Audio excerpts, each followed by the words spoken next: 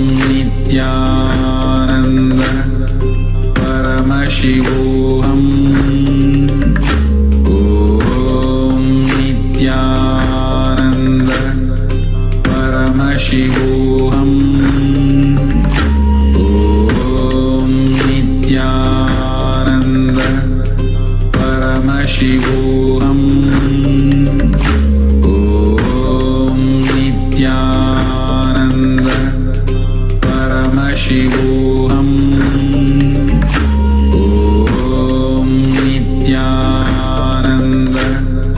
Paramashivoham Om Nityananda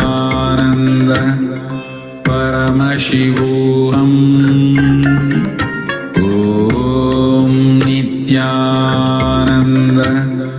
Paramashivoham Om Nityananda Paramashivoham Om Nityananda Paramashivoham Om Nityananda Paramashivoham Om Nityananda Paramashivoham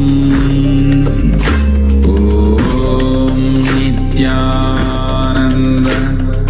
Paramashivoham Om Nityananda Paramashivoham Yes.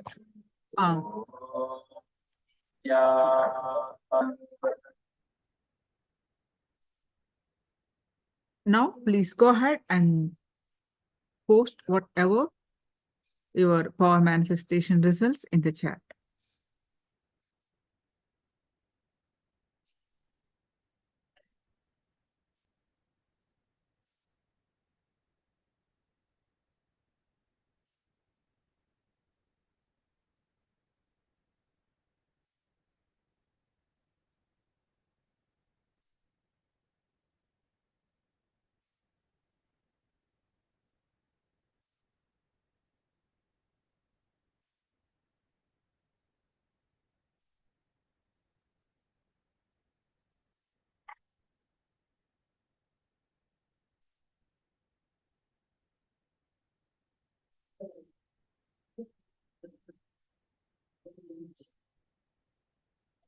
All right. Okay. So,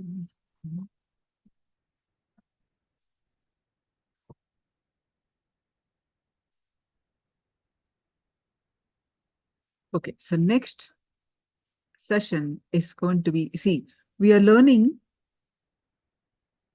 all day today about how we experience Paramashivoham.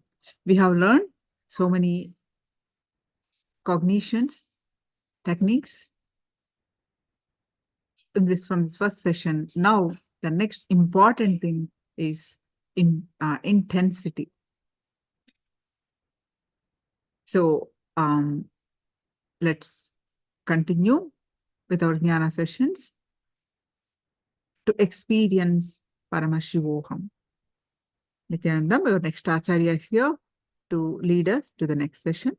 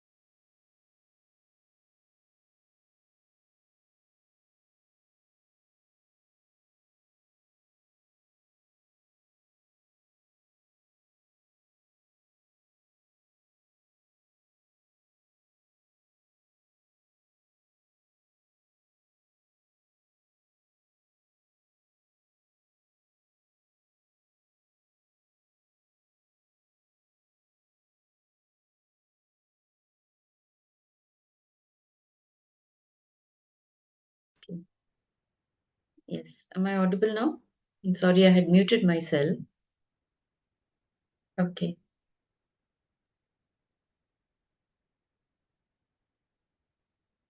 Yes, Nityanandam, everyone.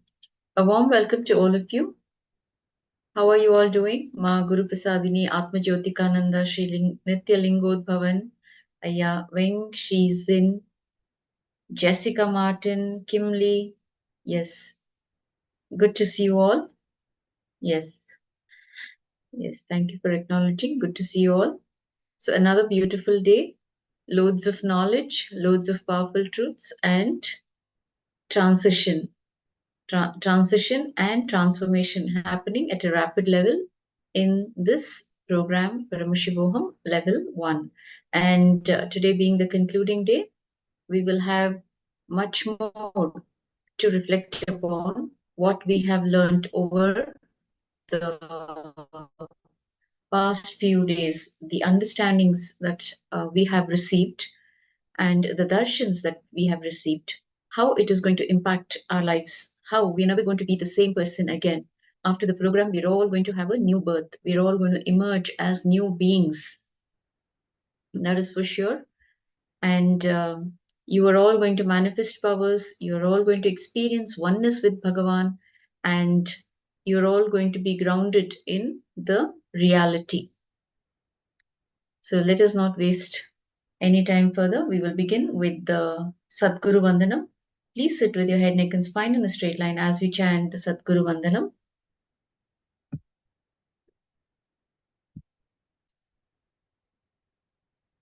Yes.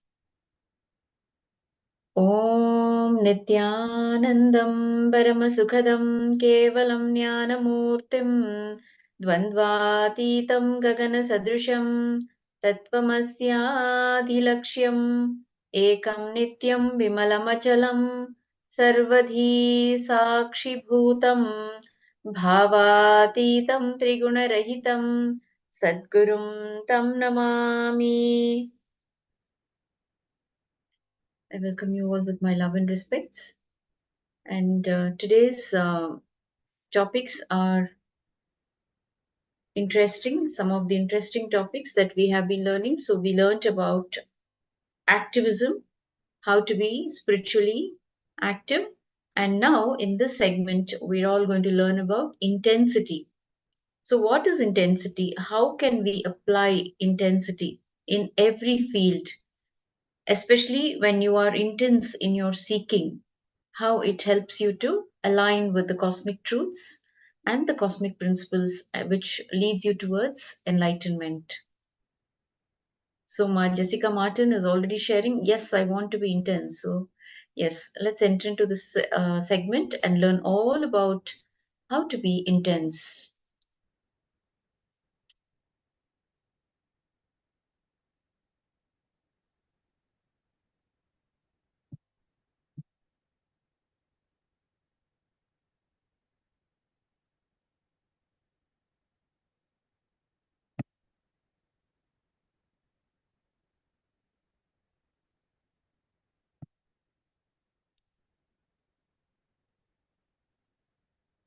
Just a minute.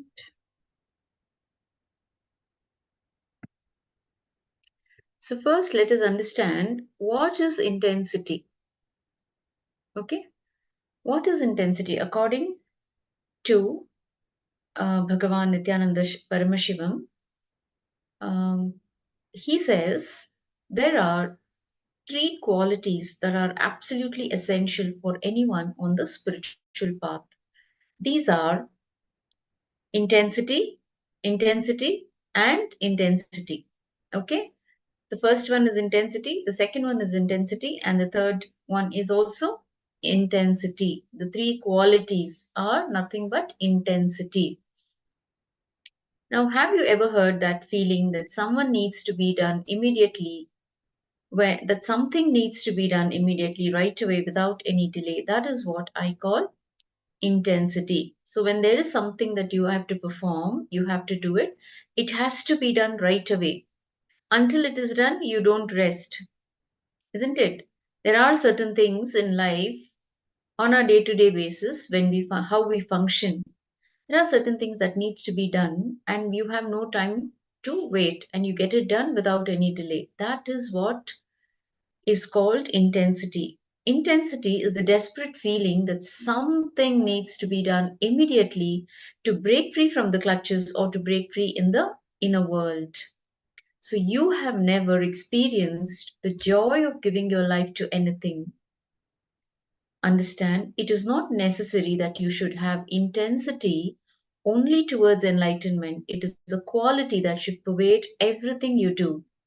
If you are working, work intensely. If you are enjoying, enjoy intensely. If you are depressed, be intensely depressed. The same intensity, the same earning will become integrated and will get directed to the unknown and towards enlightenment. Not only that, your unfulfilled desires can be simply burnt with the intensity.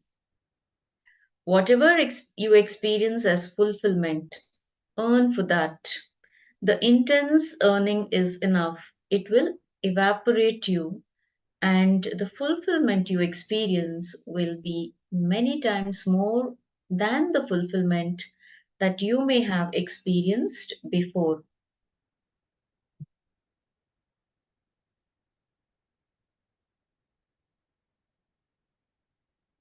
So this segment is all about intensity. Let us all become intense in our listening. Now, please provide your listening and be intense. See, anything that we hear, anything that we receive, any powerful truth that you want to apply in your life, the best moment is the present moment, because life is happening in the present moment. And you start applying immediately all the powerful truths. For example, in this segment, in these sessions, you will be asked to do completion. So do it immediately. You will be asked to reflect, that is, go within and look in and explore. So let's do it right away. Only then we can see results. See, when we procrastinate or when we postpone, we suffer unnecessarily. Procrastination is also one type of disease.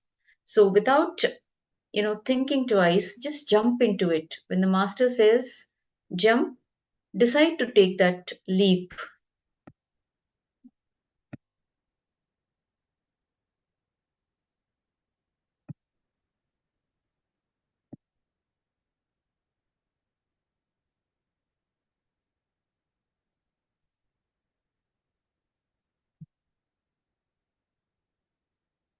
Okay, so today we are going to learn how to be intense with the Supreme Pontiff of Hinduism, Bhagavan Nityananda Paramashivam. So what you will be learning today is to get intense, to manifest the signs of Shakti in your life. What is being intense? Why does intensity matter? And how to get intense is what we are going to be learning today. So there are certain myths about intensity. Let us see what are the myths. So there is an idea of hard work itself is a myth. Okay, the idea of hard work, see, being intense is not doing any hard work. Okay, hard work is just really worry plus a little work. That's all. Real hard work never causes worry. It simply rises and falls like a wave with great dynamism and intensity. It will never dilute itself with worry. So, hard work and intensity are completely two different things. It is not when you're intense, you need to be doing hard work. That is a complete myth. Now, an 8-year-old girl was very intelligent and somehow sensed that her mother would like a gift. She decided to buy her mother a birthday gift. The mother was very happy, she thought. At least my daughter appreciates my efforts. No one else does. The girl gave her mother the gift and told her, "This is for you because you work so hard and no one appreciates it." The mother replied, "But dear, your father also works hard. Don't forget that." The girl said, "Yes, but he doesn't make a fuss about it." So why do we need to be intense? Why is intensity required in seeking? Let us understand through a small story. A Zen master and a disciple were walking along the banks of a river. The disciple, as he had done a few times before, asked the master very longingly, "Master, please give me enlightenment." Suddenly the master turned, held the disciple's head in his hand, and pushed it into the river. The disciple was shocked and started struggling to get his head above the water. The master continued to strongly hold his head in the water. Now the disciple started gasping for breath. The master then released the surprised and completely shaken disciple. The master asked, "Do you feel you want enlightenment with the same intensity that you felt you needed air to breathe when your head was in the water?" Only when the urge becomes urgent, when the question becomes a quest, does the ultimate happen. So, the key factor needed for enlightenment to happen is intensity. What is intensity? Our itihasas means history, and Puranas, elaborately documented these superconscious mutations and the signs of superconscious mutations. Our Hindu scriptures, history books have documented these superconscious mutants, people who had superconscious experience. You do not know what is happening. You do not know what should be done, but the deep dissatisfaction about what is there in the inner space is intensity. The first thing which needs to happen is not satisfaction, but the turning of direction, the psychological revolution. Restlessness should become intensity if it is towards the outer world. If your consciousness is constantly moving towards the outer world, it is called restlessness.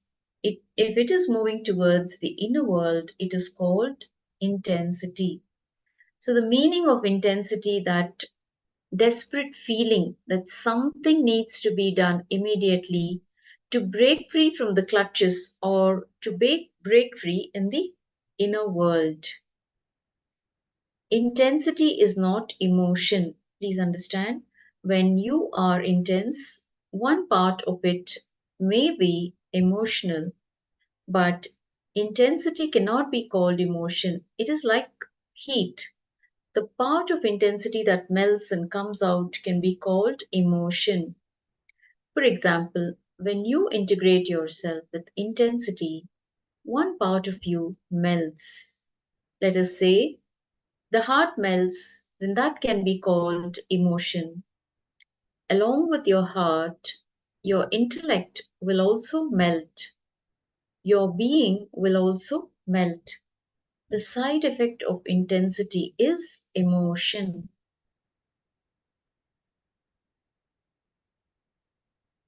So, my Jessica Martin is sharing, this is how I feel about oneness and enlightenment now. Yes, Ma. Beautiful understanding you have derived. You need to be intense about your enlightenment and you need to be intense to experience the oneness, okay, the Paramadvaita with the cosmic energy.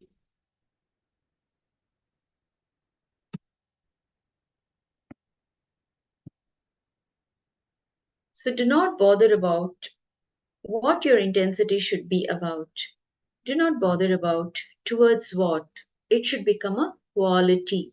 So in everything that you do, every action, any work that you undertake, it can be a day-to-day routine work, it could be any kind of an activity, anything. So whatever you are doing, either whether you touch something or somebody or some object, let the intensity be there even in that touch. If you are talking, let the intensity be there in your relationships, in your decisions, in your memory, in your thinking, in your desires, even in your fears. Be intense without escaping from this moment. That is what I call intensity.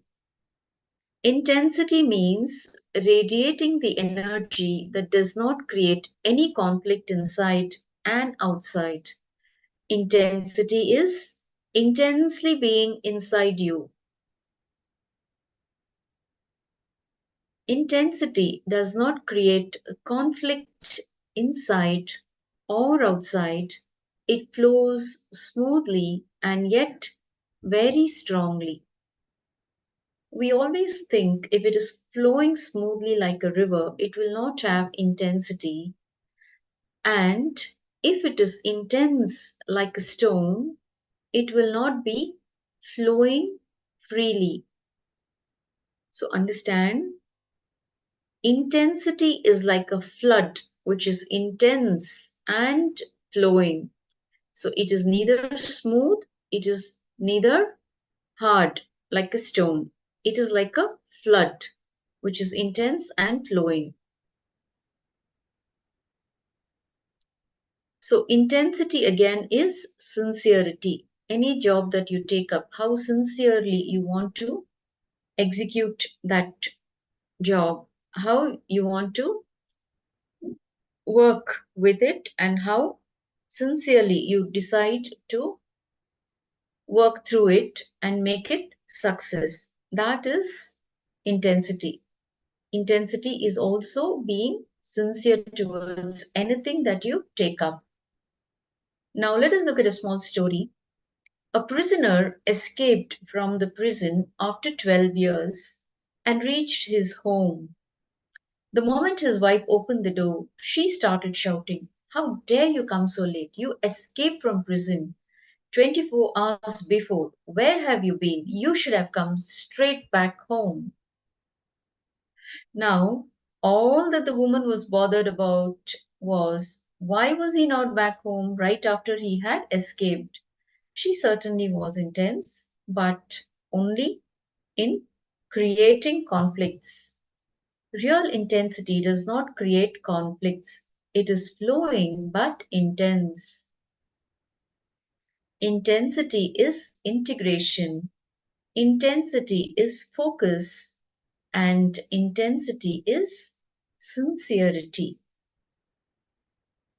The father of yoga, Patanjali, says, "Success is nearest to those whose efforts are intense and sincere." Understand? The father of Patanjali says, "Success is nearest to those whose efforts are intense and sincere." You see, no river needs a navigator to the ocean. There are no signboards needed for any river.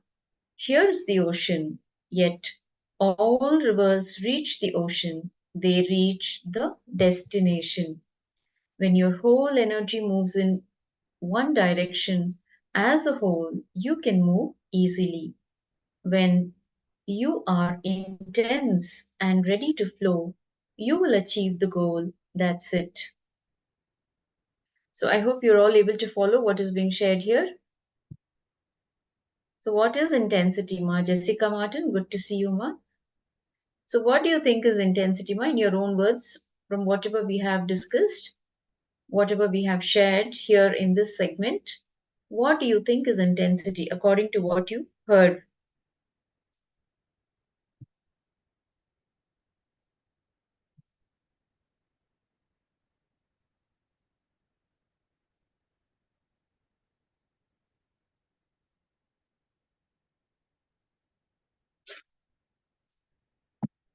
Yes. Yes, Ma, you can type here in the chat. You can type in the chat box. What about the others? Sri Nityaling Bodhbhavanaya, Atma Jyotikananda, Kim Lee. You can all share your understanding about intensity. What is it to be intense? What is intensity, Ma? Guru Prasadini?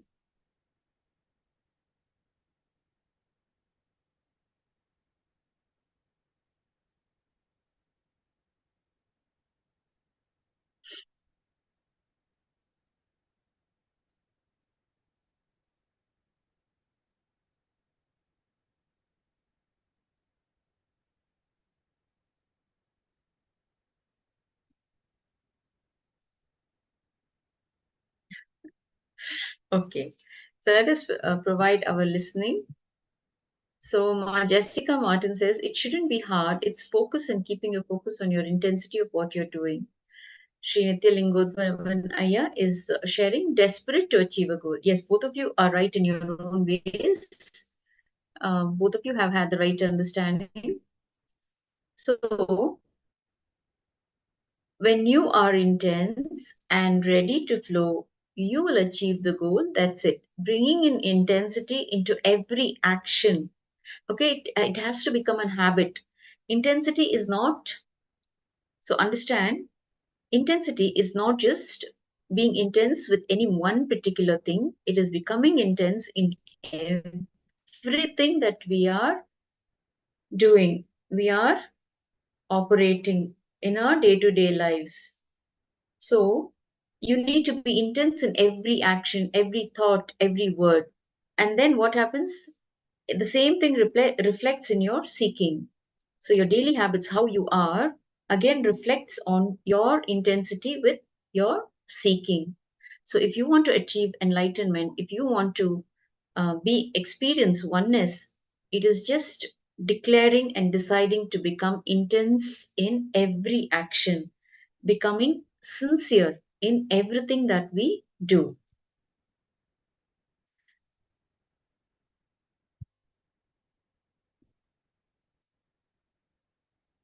So, usually intensity leads to a solid feeling. You may be intense, but you may have lost the ability to flow. Or you may be flowing, but may have lost the intensity. See, you may be intense, but you may have lost the ability to flow because you are driven by your ego. You are determined to achieve what you want, but you have your own rigid ideas about how to get there. You fail to understand that existence can make events happen in a much more beautiful and effective way than you can plan.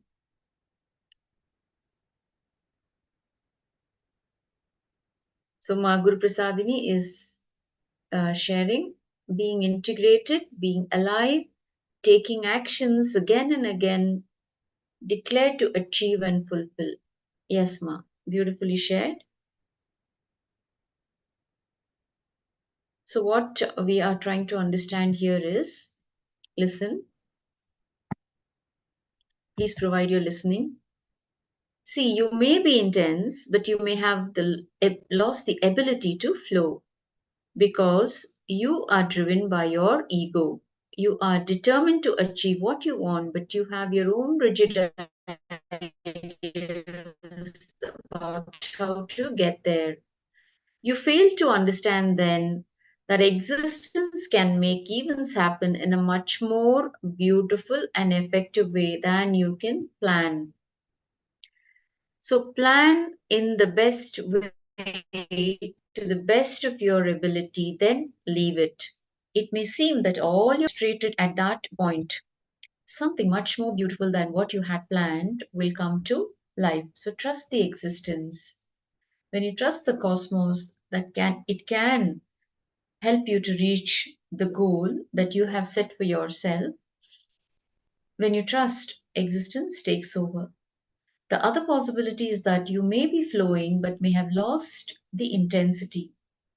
This is the case with people who have no focus and waste their energies getting distracted by anything that comes by.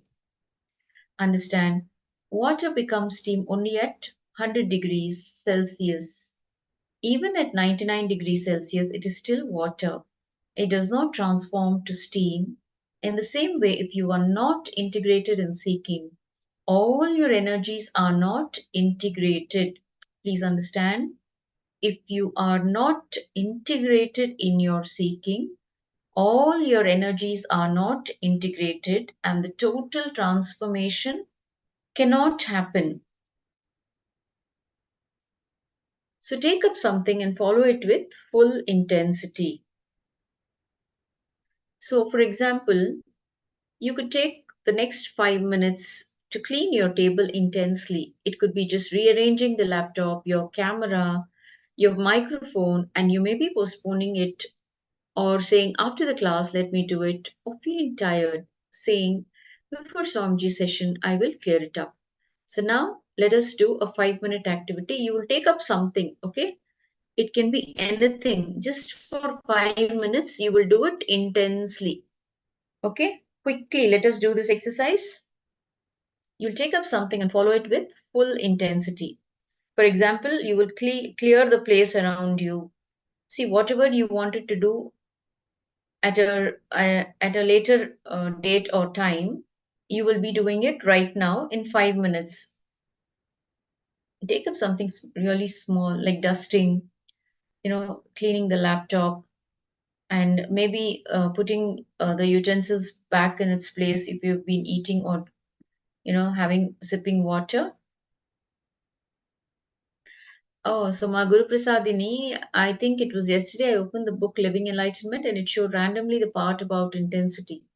Beautiful, Ma. That is being in oneness with the cosmos. You're experiencing those moments, understand you are in oneness with the cosmos, with Bhagavan. Cosmic energy and Bhagavan's energy are one and the same.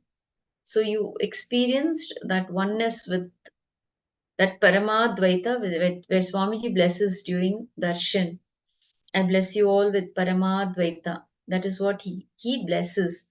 Means what? Being in union with or in oneness with the ultimate. And the ultimate is none other than Bhagavan Nithyananda Paramashivam. Paramashiva manifesting in Swamiji's body, through Swamiji's body. Okay, let's quickly do this activity. Let us now quickly clean up the area around us. If you have already kept it clean, then maybe you can do some other clearing up. Let's do this with intensity, not just doing it randomly, doing it intensely. Quickly, you will take up something. Let us infuse intensity into every action. Okay? And this is the right time to do it. The present moment is the moment where life is happening. So let us not postpone. Let us drop the idea of postponing. Let's quickly take this up. You could rearrange the laptop, your camera, your microphone, and quickly do it. Avoid postponing it, wanting to do it at a later time or a later date, at a later date. Let us infuse intensity into whatever we are going to be doing right now. How do you feel after you have done it intensely? You did something, you took up something and added intensity. All these days you have just been doing it unconsciously without awareness, any cleaning part or anything, whether it is eating, whether it is sleeping, dreaming. So dreams are not in your hands, by the way. Whatever it is, if you're feeling happy, if you're feeling sad, infuse intensity into every feeling, and then you will see yourself walking out of all the ups and downs and mood disorders.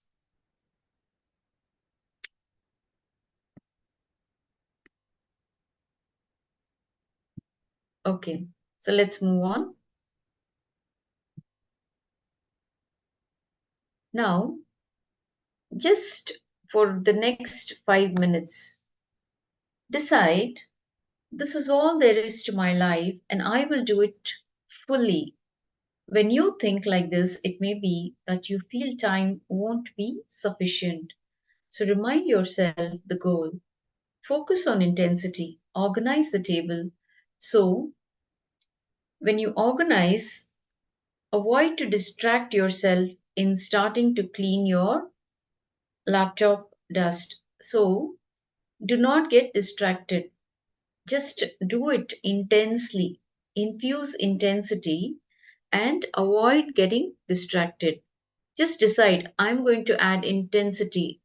I will infuse intensity into everything that I want to do in my life. So only when you think like this, it becomes a habit. And you will also feel that time is not sufficient. So continuously try to remind yourself about the goal that you have in front of you and focus on intensity. So many times we miss our goal with these distractions. Whenever a distraction comes up, keep your focus on your inner space. See, all these days we don't even know that we are getting distracted, isn't it?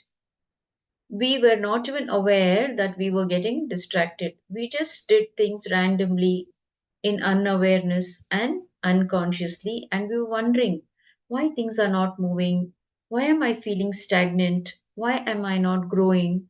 Either at your office or at your home, in your relationships, in your career, somewhere you felt that stagnant.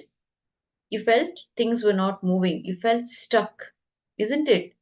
So, when you add intensity into everything, every action, every thought, every word, every emotion, that is going to give you the success that you are looking for. And also have a goal. When you do not have a goal, you don't know the direction, okay, in which direction you need to go. So you get distracted with multiple things and end up not being successful in any area. So whenever distraction comes up, focus on your inner space and see what is the inner chatter that is happening within. Okay, as you're picking up that stale coffee mug, what is the inner chatter that is going within, happening within?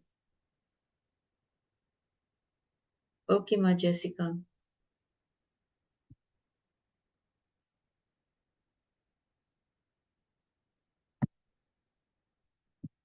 Okay. Now, when you are picking up the stale jug which has been lying for several days in some corner, when you are picking it up, look at the emotion. What is happening within? Not wanting to clean that mug is making you distract yourself to cleaning the laptop dust. So look at your inner chatter. There is some incompletion, and that incompletion is what is distracting you repeatedly. Okay, so you don't want to clean a stale cup which has been lying for a long time. Now, that is again making you distract yourself to clean the laptop dust. One action leads to another action. And look into your inner chatter. There is something sitting inside you which we call as an incompletion, and it is that incompletion which is distracting you again and again, not being in the present moment.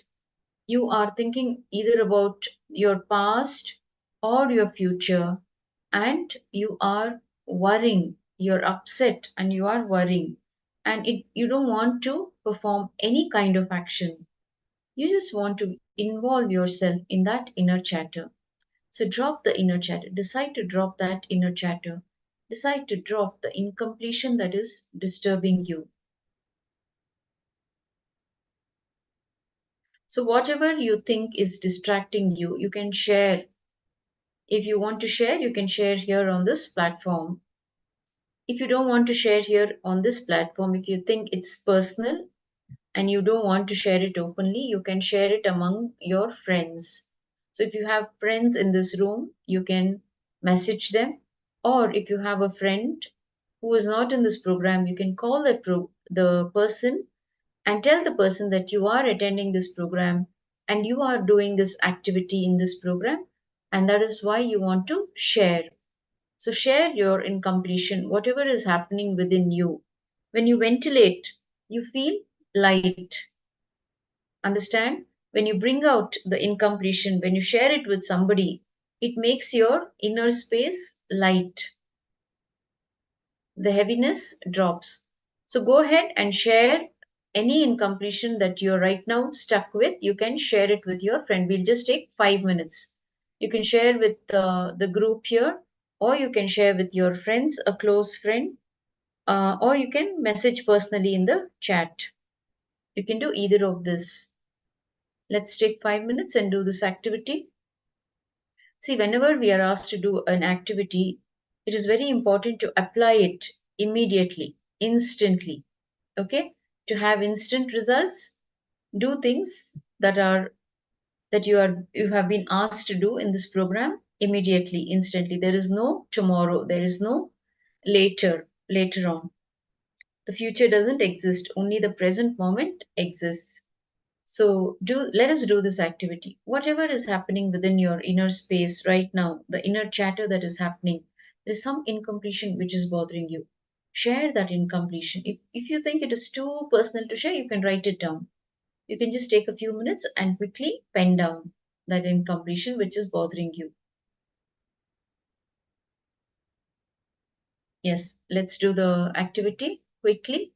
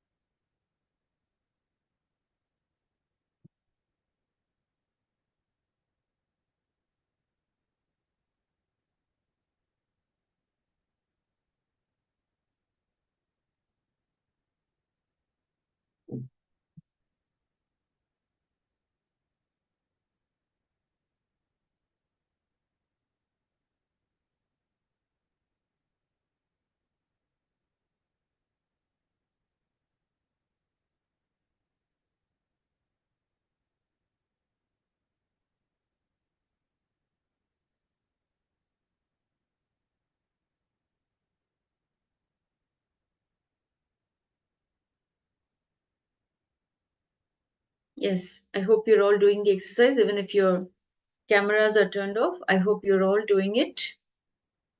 My Guru Prasadini, writing it down? Great. What about the others? I hope you're all writing it. If you don't want to share with your teammates, you can write it. Sri Nityalingodbhavanaya Atma Jyotikananda. I know it is too late for all of you, but you're all sitting up just for that one thing. The ultimate goal is enlightenment for all of us. And to achieve that enlightenment, we sacrifice our sleep, we sacrifice family time, we sacrifice whatever little things. And that tyaga is what helps you realize, it helps you attain that realization. So let's quickly write down the incompletion right now, whatever is bothering us. If you think, oh, I'm feeling so sleepy and I have to sit up, write it down. And please understand, we also learned that sleep is immature, having immature conversation with life. Sleep is nothing but withdrawal.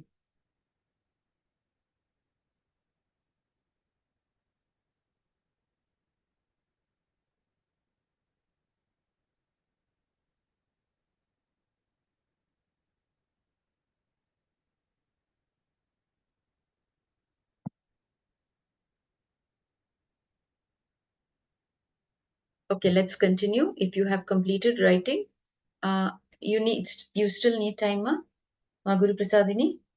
You need some more time to finish what you're writing? You're done? Okay, good. So let's continue.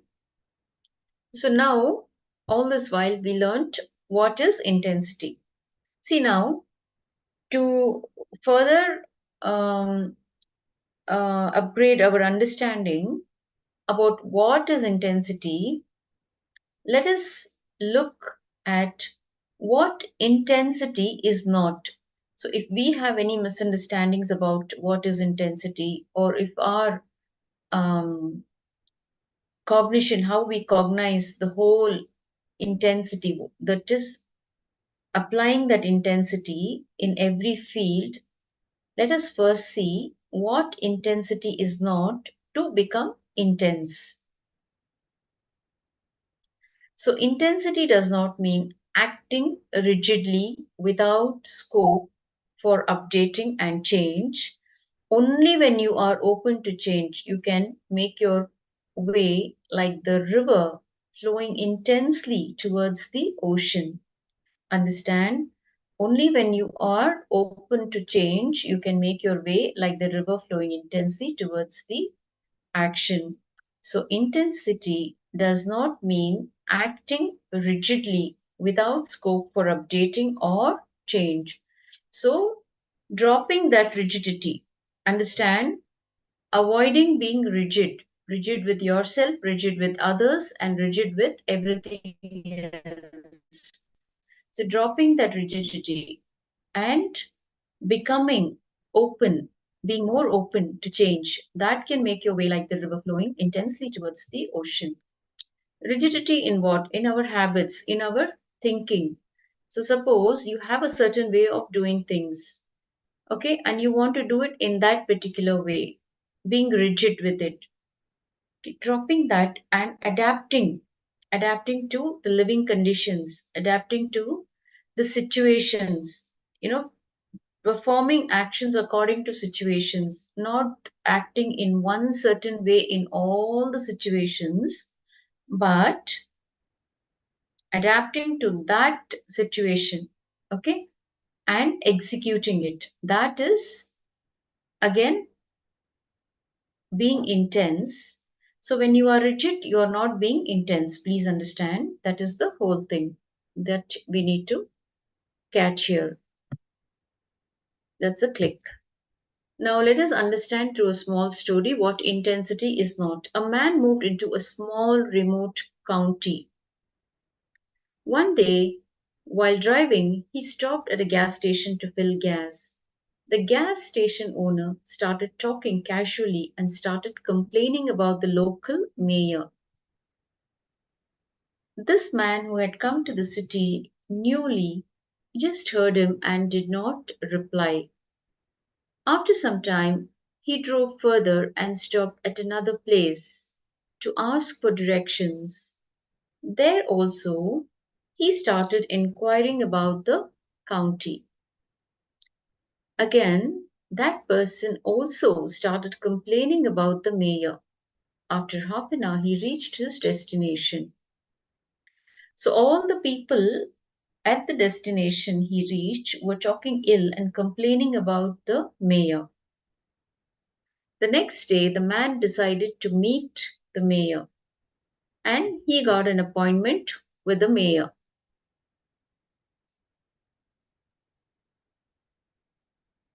So, while conversing with the mayor, he asked the mayor curiously, "Sir, if I may ask, how much do you get paid for your job?"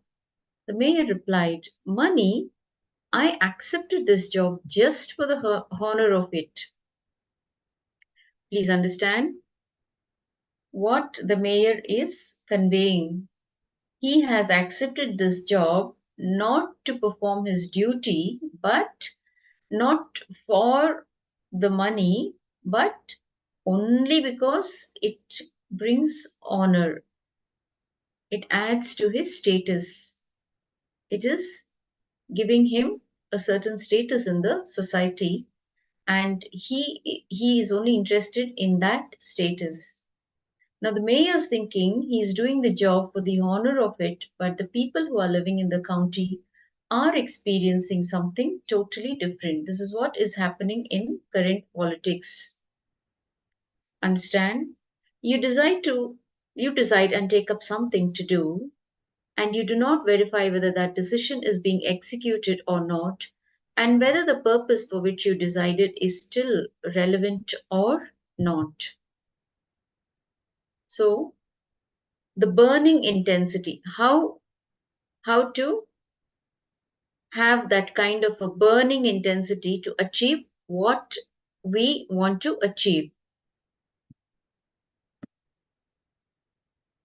Okay.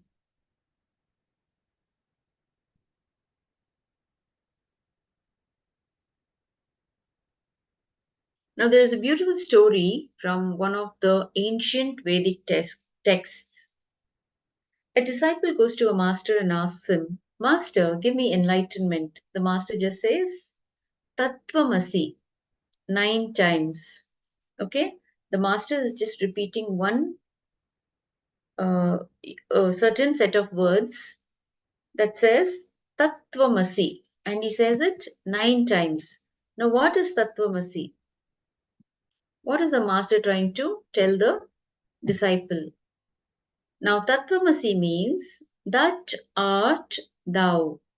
It is a Mahavakya, and the statement which can straightaway give you enlightenment. The Vakya, or the statement that straightaway leads you to the experience of the Mahat, the cosmos, is Mahavakya. Tattvamasi means you are that. That is, you are the ultimate.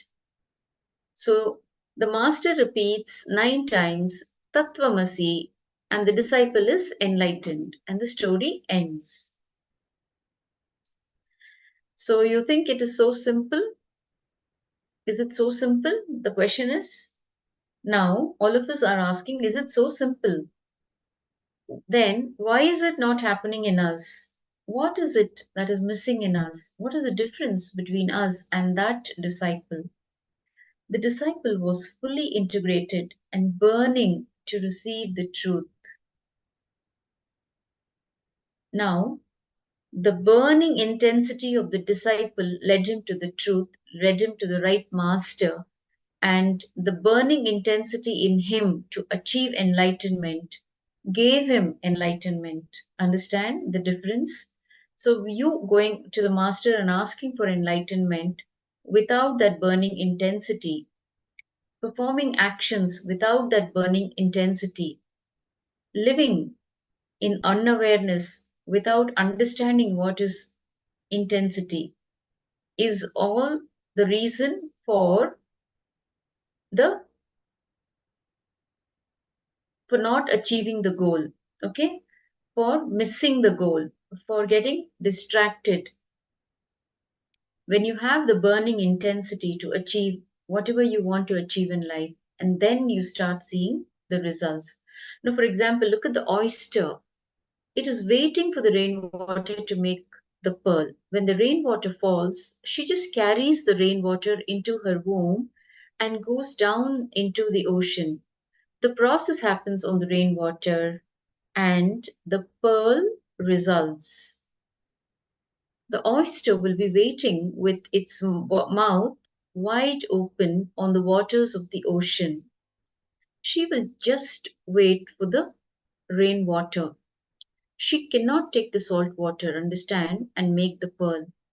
She needs pure rainwater. See the oyster, even though it is a tiny being, living being, it lives in the water. It has been bestowed with so much intelligence. How the creator has created such beautiful organisms, you know, it has its own thinking system. It has its own way of survival and creation. For example, we're looking at this oyster, so beautiful it is, how beautifully it comes up, from the depths of the ocean, it raises above, It knows when it is going to rain. It also has the intelligence to detect rain. So it comes up at that point of time, keeps its mouth wide open to receive that rainwater, and she carries it in her womb, and that rainwater becomes the pearl. So the moment one drop of rainwater falls on her, immediately she will go into the deepest layer of the ocean and she will start doing the process, and she comes out with the pearl. In the same way, those words the master utters will straightway enter only into that person who is seeking intensely with an open being for the initiation. He carries those words with him, and that those words sits inside him in his inner space. It occupies his inner space and gives him the results that he is seeking. For example, so you want to be complete. So how intense you are to become complete, to complete with your patterns, how burning it is, that intensity is within you to achieve that completion. So the next time when the master says, I bless you with complete completion, your intensity in receiving that, the energy, the words of the master carries energy. So the moment those words are uttered, you will experience that completion happening right away. So it is only that burning intensity that needs to be developed in all of us. Just decide or declare and it will happen. So the process happens and out comes the pearl of enlightenment. For the intense seeker, even a few words are enough. He will suddenly see the being blossoming, expanding, and expressing itself. The intensity and the openness of the disciple are like the wide open mouth of the oyster. Please understand. The words of the master are like the rainwater. When the words of the master enter the being of the disciple intensely burning for the truth, the pearl of enlightenment happens. So, how do we get intense? The next is the technique, how to become intense. See, when you are intense, you just are. You don't need to become, you just need to be. And we know so many ways of becoming.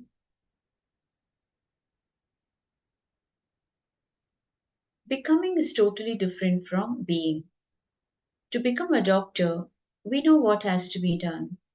To become a lawyer, we know what has to be done.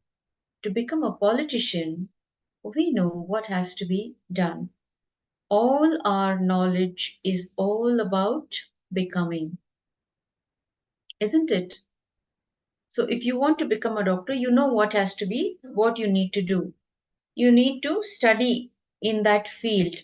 Okay, you need to get into a college and study medicine for a certain number of years, and then you have your internship, you practice, and then finally you become a doctor. So that is the process, isn't it?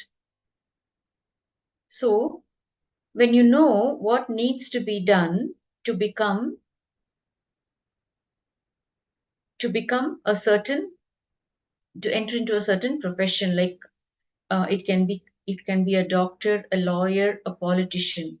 So if you know what needs to be, you know what needs to be done to attain that. Now, to get intense again, you will know what needs to be done. It is just having the right knowledge, okay, to become. Becoming is directly related to the mind. Being is directly related to your nature. Becoming is related to society, and being is related to you. We know how to become something, but we forgot an important factor, how to be. Because our inner space has become too much corrupted with the concept of becoming, we lost touch with the idea of being. We lost touch with our very truth, which is being. Being is intensity. So what is being? Being complete, total, integrated, expressing your whole energy is what I call being. If you are partial in your experience or expression, be very clear. You are being hypocritical. If you stay without moving your body, when you are flooded or overpowered by any emotion, even once, immediately you will be liberated from that emotion. Understand? If you stay without moving your body when you are flooded or overpowered by any emotion, even once, immediately you will be liberated from that emotion. So, not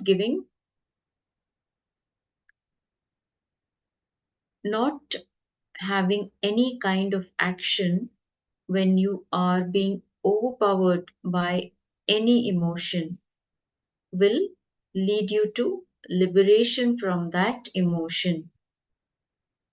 I'm not saying you have to constantly practice this. No, just once. Try it only once and you will be liberated from that very emotion. The next is living intensely.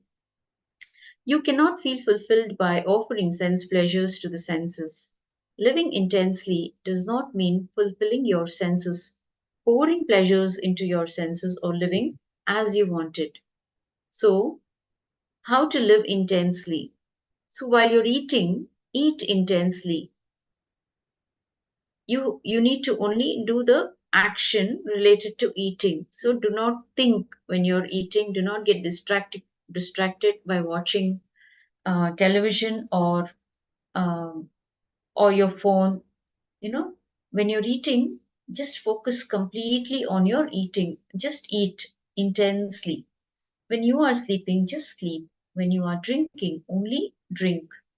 When you are making merry, just be merry. If you can be merry, you don't need anything else. The whole problem is because you can't really be merry. That is why you need so much of teachings and ideas about liberation. The mind is such, it keeps shifting.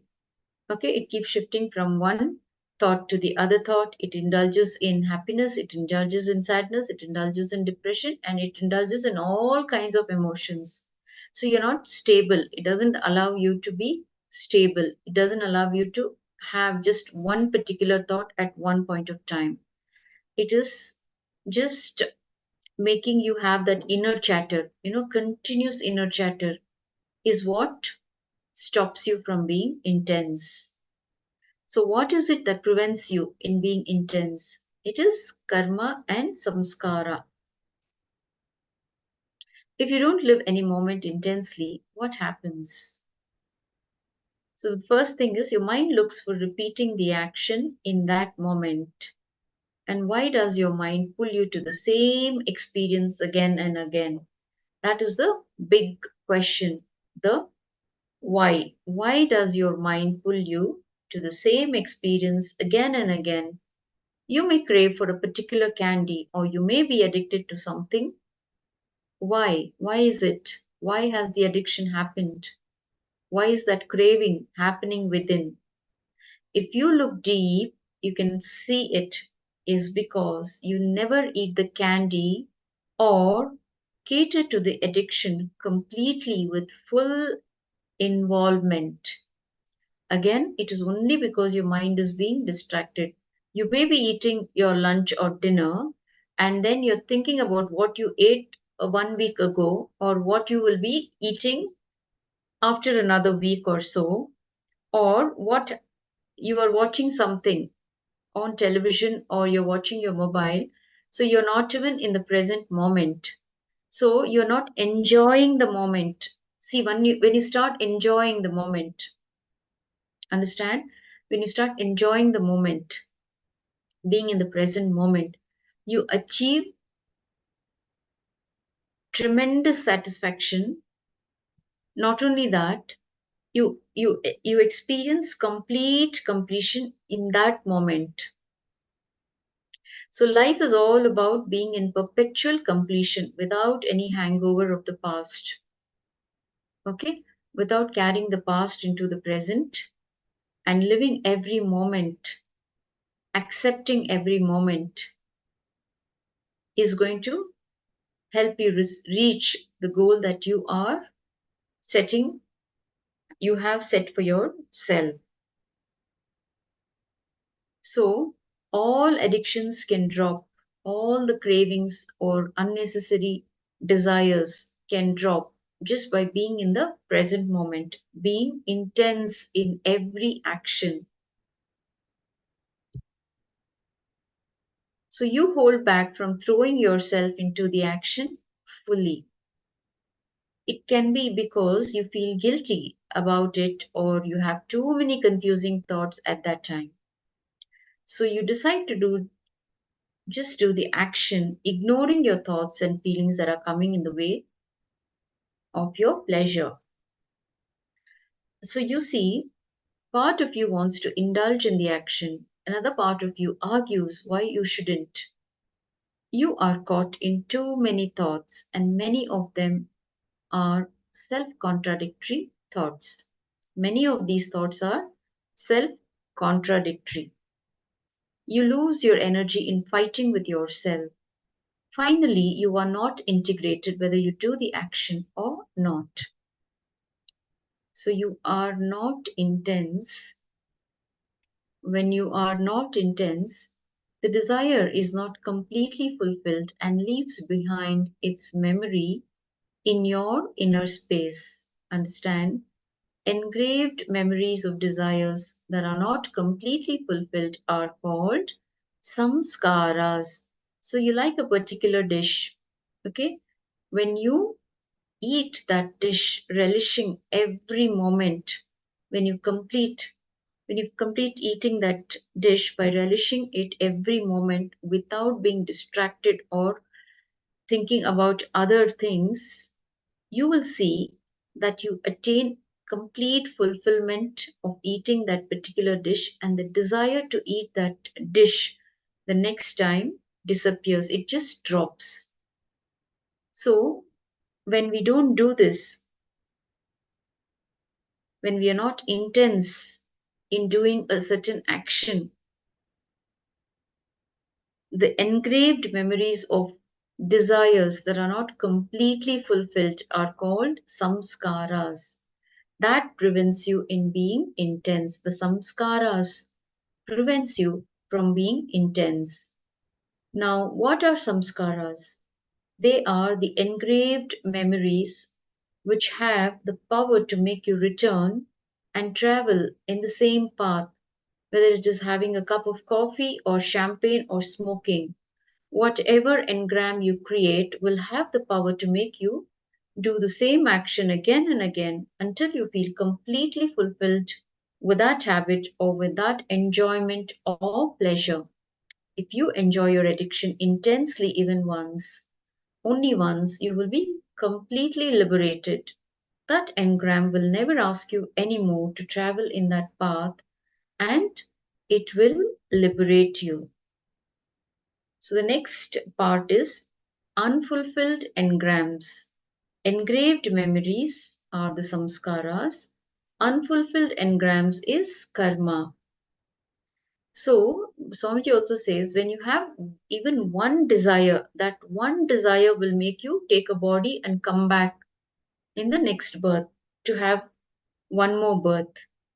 So completing with all our desires is all about getting it not only leads you towards enlightenment, it also stops you from the death and life cycle. The death and life cycle, it keeps repeating again and again, and you're caught in that cycle. So to get liberated from that, how to get liberated, we will now be looking at it. So you keep your body alive, you keep your mind alive, because still you have the hope that the body can give something to you. The mind can give something to you, and still you have the hope that you can enjoy something, or something needs to be fulfilled through your body and mind. Now, karma is nothing but unfulfilled engrams and desires which are inside your being, which constantly makes you again and again to travel in the same path, trying to give you the experience of fulfillment in your inner being. Let me repeat. Karma is nothing but unfulfilled engrams and desires which are inside your being, which constantly makes you to travel again and again in the same path, trying to give you the experience of fulfillment in your inner being. If you do any action with complete involvement, if you follow any desire totally, then understand there will be no craving for repetition and you will be liberated from the desire once and for all. You can now direct your energies to exploring and enjoying new unexplored experiences of life. So you will not be caught in the vicious circle and your life will move towards growth and fulfillment. You can experience for yourself that life is presenting something new and fresh every moment. And for all this, there is only one thing needed on your part. Live intensely. So, we looked at how to live intensely and what prevents us from living intensely. So, you can share your ideas, your understanding, whatever you understood in this segment. So, how to live intensely? And what is it that stops us from being intense? What is karma? What are samskaras? Is what we learned in this segment. So, moving on. Again and again, remind yourself the cosmic truth. Intensity is independent of the nature of the work. Intensity does not depend on the nature of the work or action. It can be as complex as running a billion-dollar company or as simple as cleaning the floor. It is not the what that is important, but the how that is important. If you can do what you are doing with the totality and intensity, that you are completely lost in the action, you have got the thread of intensity. So let me repeat. If you can do what you are doing with totality and intensity, that you are completely lost in the action, you have got the thread of intensity. So the moment you are lost in the action, you become like a flute on the lips of existence itself. The air that goes into the flute comes out as music because you become a channel for the energy of existence to flow through you. So be total and intense, and that is all is needed for the arrow to hit the target or whatever it may be.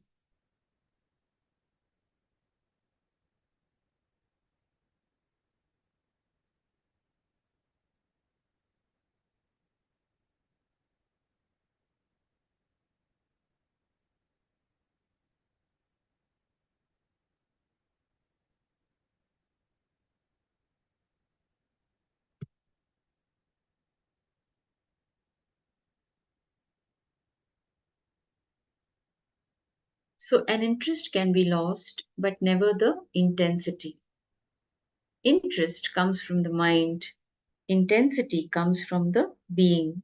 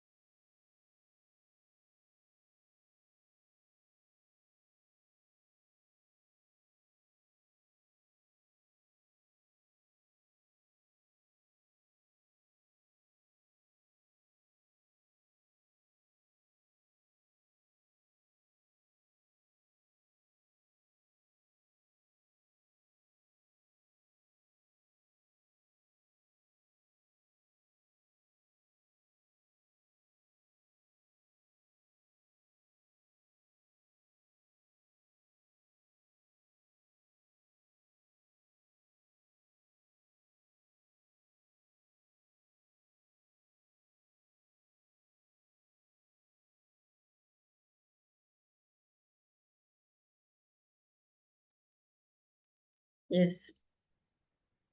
So hope you have all followed what is intensity. Okay?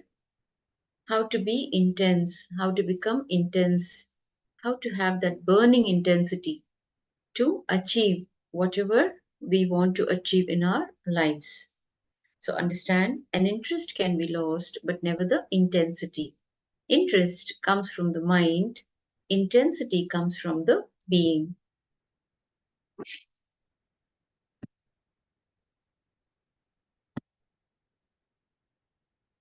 Now, some of the frequently asked questions.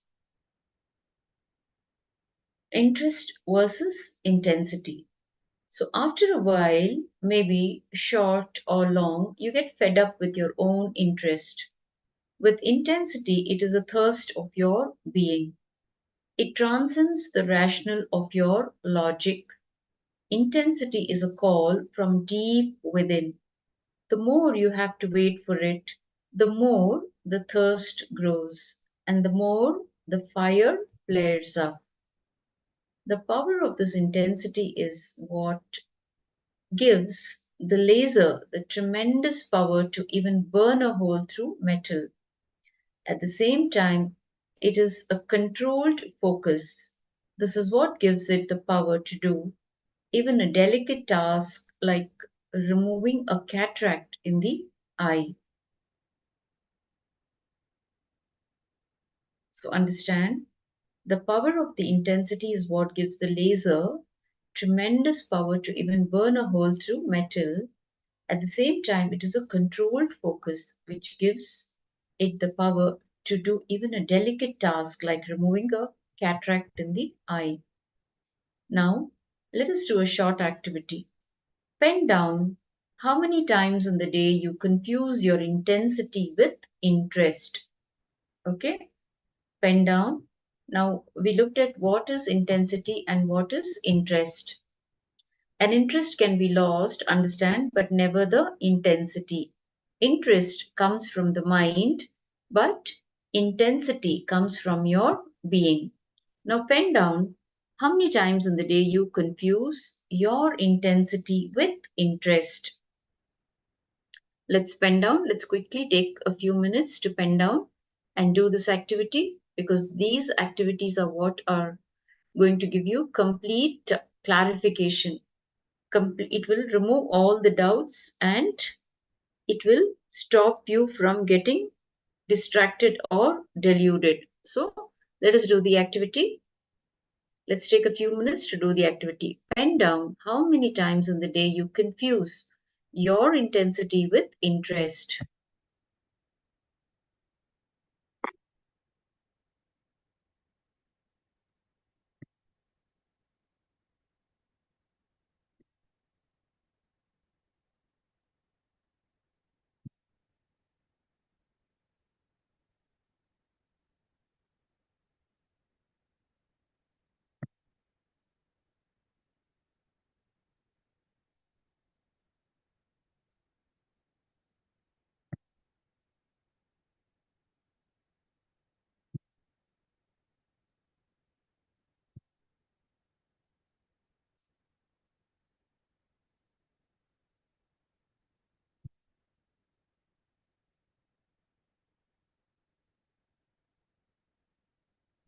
Open all your three eyes and manifest the powers of Mahasudashiva. Om Nityananda